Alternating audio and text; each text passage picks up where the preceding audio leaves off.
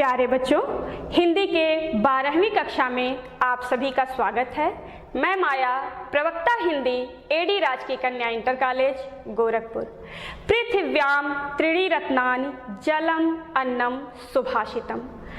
बच्चों, आप लोगों ने अभी जिस पंक्ति को सुना उसका अर्थ है पृथ्वी पर 3 रत्न हैं, जल, अन्न और सुभाषित। परंतु हम लोग पत्थरों के टुकड़ों को रत्न समझते हैं क्योंकि इसका मोल है, इसे हम खरीद सकते हैं, बेच सकते हैं। लेकिन बच्चों, सुभाषित का कोई मोल नहीं है, यह अनमोल है जिसे हम न तो खरीद सकते हैं और ना ही बेच सकते हैं। यह हमारे चरित्र का निर्माण करते हैं, यह मनुष्य को मनुष्य बनाते हैं। जी हाँ बच्चों, आज हम लोग इसी सुभाषित को लेकर उपस्थित हैं। हमारे अध्याय का नाम है सुभाषित रत्नानि, जिसे हिंदी में संकलित संस्कृत दिग्दर्शिका के अध्याय 8 के रूप में पढ़ना है। बच्चों, पाठ को आरंभ करने से पूर्व हम जानते हैं कि आज हमारे अध्ययन और अध्यापन का उद्देश्य क्या है, हमारे पाठ का उद्देश्य क्या है। पहला उद्देश्य है सुभाषित रत्नानि शब्द के अर्थ को जानना। दूसरा है सुभाषितानि के महत्व को समझना। तीसरा है पाठ के अंतर्गत श्लोक का अनुवाद जानना। चौथा है कठिन शब्दों का अर्थ जानना। और पांचवा है पाठ में आए हुए शब्दों को व्याकरण की दृष्टि से जानना। तो आइए बच्चों, हम जानते हैं सुभाषित रत्नानि का अर्थ क्या है। सुभाषित रत्नानि 3 शब्दों से मिलकर बना है, सुभाषित और रत्नानि। सु का अर्थ है सुंदर, भाषित का अर्थ है कथन और रत्नानि का अर्थ है रत्न, अर्थात सुंदर कथन रूपी रत्न। इसको हम इस प्रकार परिभाषित कर सकते हैं कि सुभाषित ऐसे शब्द समूह, वाक्य या अनुच्छेदों को कहते हैं जिसमें कोई बात सुंदर एवं बुद्धिमत्ता पूर्ण ढंग से कही गई हो। इसके लिए बच्चों अन्य शब्दों का भी प्रयोग किया जाता है, जैसे सुवचन, सुक्ति, अनमोल वचन, आदर्श वचन। बच्चों, सुभाषित को लेकर के आइजक दिसराली का कहना है कि बुद्धिमानों की बुद्धिमत्ता और वर्षों का अनुभव सुभाषितों में संग्रह किया जाता है। बच्चों, सुभाषित सामान्य लोगों द्वारा कही गई सामान्य बात नहीं है। इसमें बुद्धिमान लोग अपनी बुद्धिमत्ता को, वर्षों के अनुभव को, विचारों को और नैतिकता को व्यक्त करते हैं। सुभाषित रत्नानि हमारे धार्मिक ग्रंथों में संकलित है। कौन कौन से धार्मिक ग्रंथ हैं? नीति शतकम, चाणक्य नीति, विदुर नीति, उत्तर रामचरितम में यह सुभाषित रत्नानि संकलित है। बच्चों, सुभाषित रत्नानि चरित्र एवं नैतिकता का भाव है, जो आदर्शों, मूल्यों, नैतिकता एवं मानवीय गुणों का निर्माण करते हैं, जो हमारे लिए अत्यंत ही उपयोगी है, कल्याणकारी है। और बच्चों, आज के भौतिकवादी युग में इसे आत्मसात करना अत्यंत ही आवश्यक है। अब हम आते हैं बच्चों अपने मूल पाठ की तरफ। सुभाषित रत्नानि, जिसे आप लोगों ने पिछली कक्षाओं में भी पढ़ा है, उसी क्रम को मैं आगे बढ़ाती हूँ। पहला श्लोक पढ़ती हूँ। भाषा सुमुख्या मधुरा दिव्या गिर्वाण भारती, तस्याहि मधुरम काव्यम तस्मादपि सुभाषितम। भाषासु का अर्थ है भाषाओं में, दिव्या का अर्थ है अलौकिक, गिरवाण भारती का अर्थ है देवों की वाणी अर्थात संस्कृत। भाषाओं में मुख्य, मधुर, अलौकिक, देवों की वाणी संस्कृत है। तस्या ही मधुरम काव्यम तस्मादपि सुभाषितम।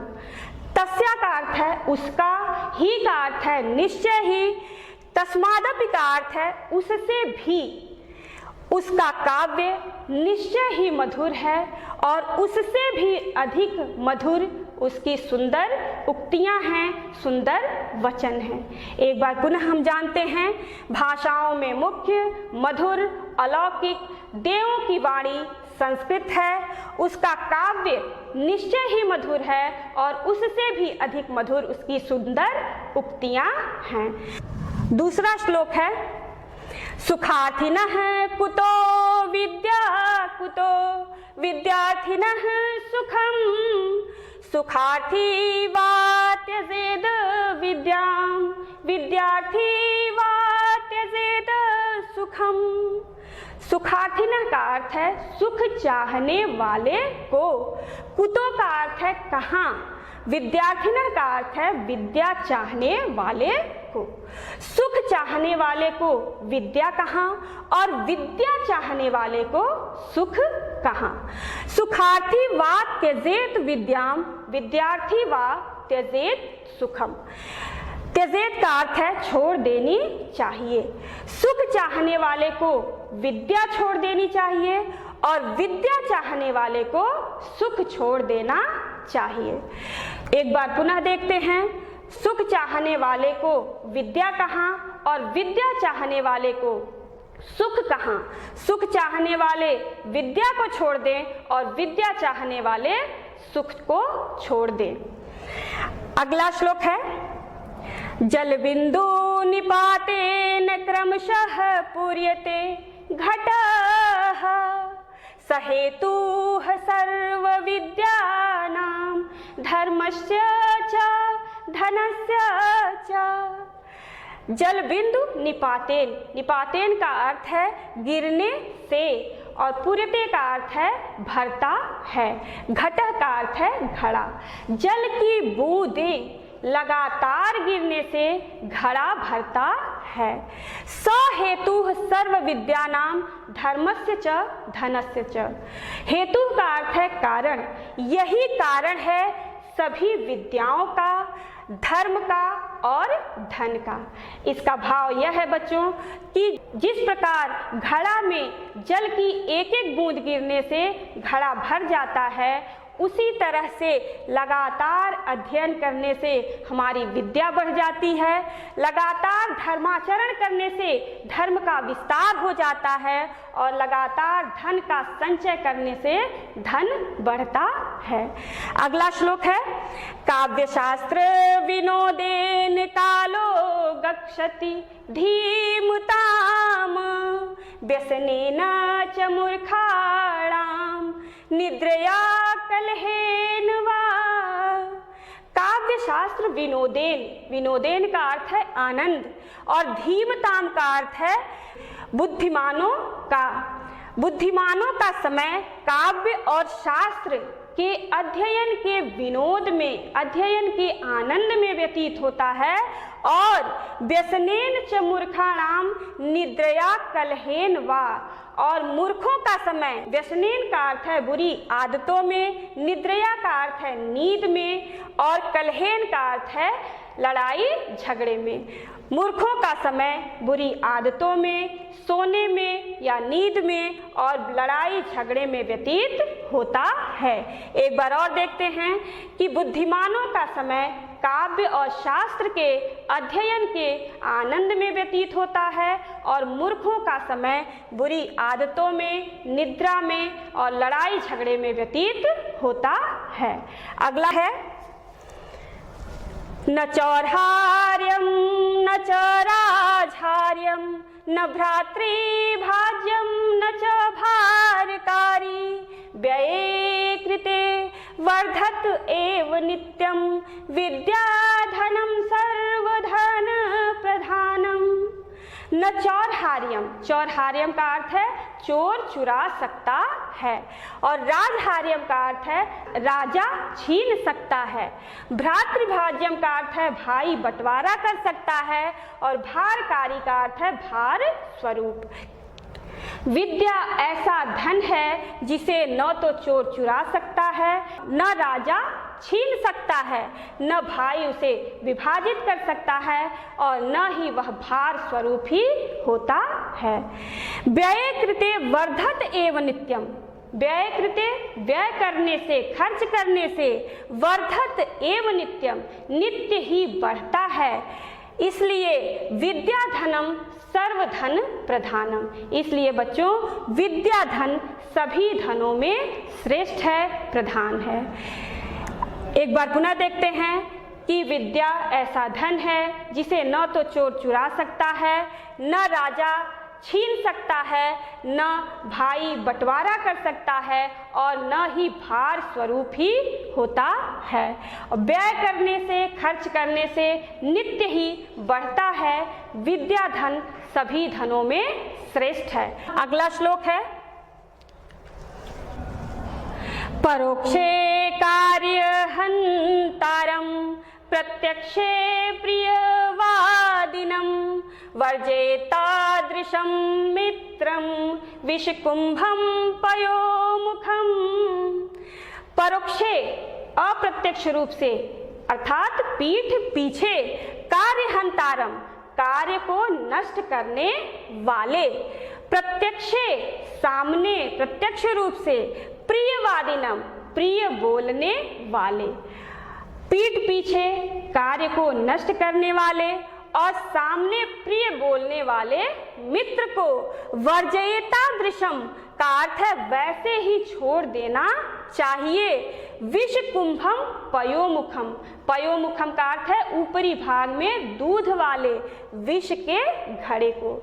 जिस प्रकार से ऊपरी भाग में दूध लगे हुए विष के घड़े को हम त्याग देते हैं, वैसे ही उस मित्र को भी त्याग देना चाहिए जो पीठ पीछे कार्य का हनन करे और सामने प्रिय बोले।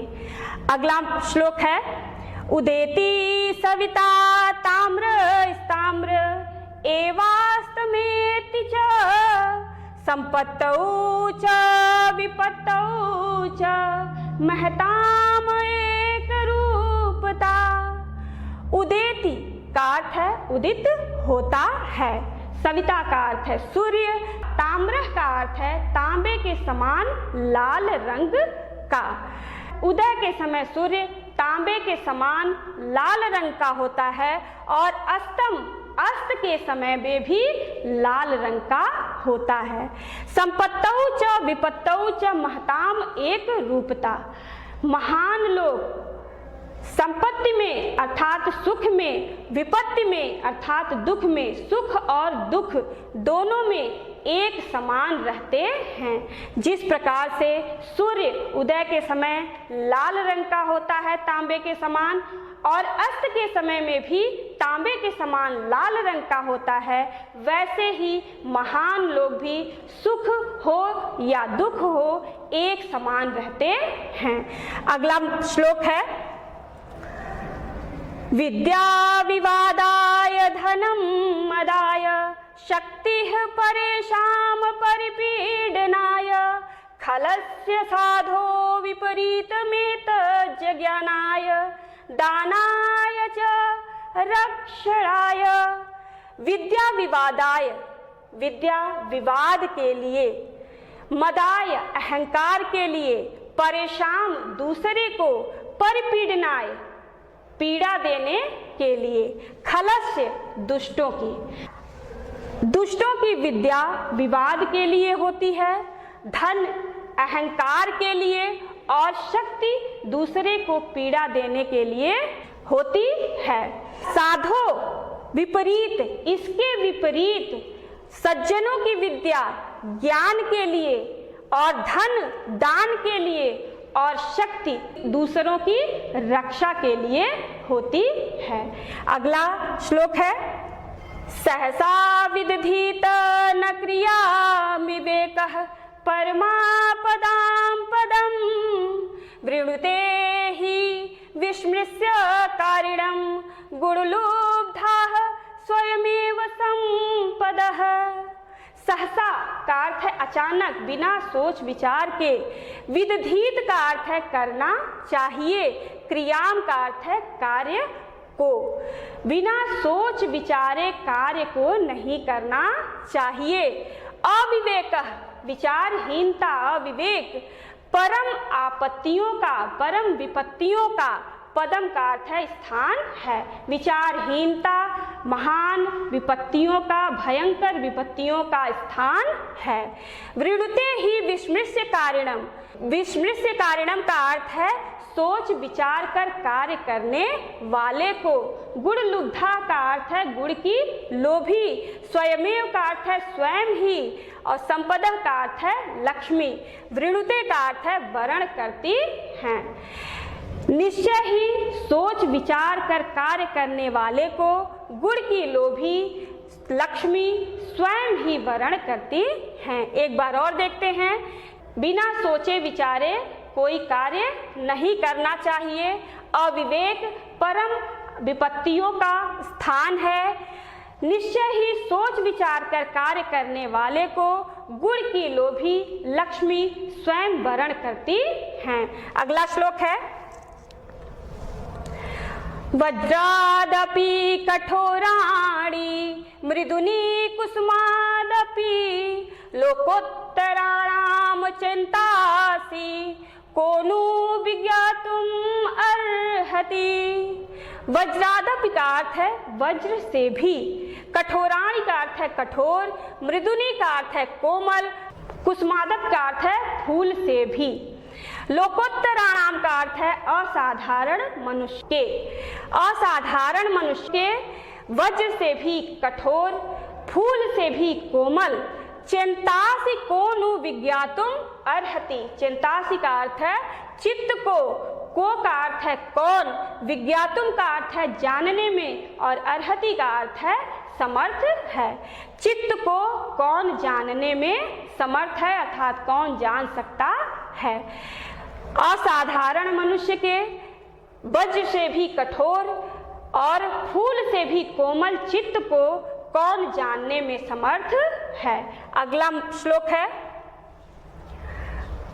प्रीणाति यः सुचरितैः पितरं स पुत्रो यद् भर्तुरेव हितमिच्छति तत् कलत्राम तत्मित्रम् आपदि सुखे च संक्रियं यद् एतत्त्रयं जगति पुण्य कृतो लभन्ते। प्रीणाति का अर्थ है प्रसन्न करता है। यह का अर्थ है जो, सुचरितई का अर्थ है अच्छे चरित्र से, पितरम का अर्थ है पिता को, स का अर्थ है ऐसा, पुत्रों का अर्थ है पुत्र।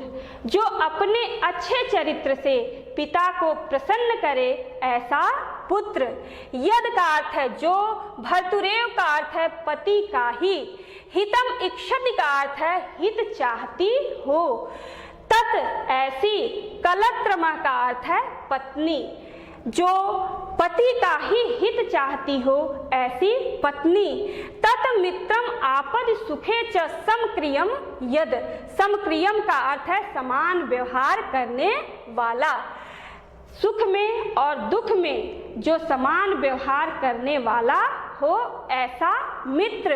एतत्त्रयम, यह तीनों जगति संसार में, पुण्यकृतो पुण्यशाली लोगों को, लभन्ते प्राप्त होते हैं। यह तीनों संसार में पुण्यशाली लोगों को ही प्राप्त होते हैं। एक बार पुनः जानते हैं कि अपने अच्छे चरित्र से जो पिता को प्रसन्न करे ऐसा पुत्र, जो पति का ही हित चाहती हो ऐसी पत्नी, जो सुख में और दुख में समान व्यवहार करे ऐसा मित्र, यह तीनों इस संसार में पुण्यशाली लोगों को ही प्राप्त होते हैं। अगला श्लोक है कमान दुग्धे विप्रकर्ष्यत्य लक्ष्मीं कीर्तिं सुते दुष्कृतं याहिनस्ति शुद्धां शान्तां मातरं मंगलानां धेनुं धीराः सुनृतां वाचमाहुः।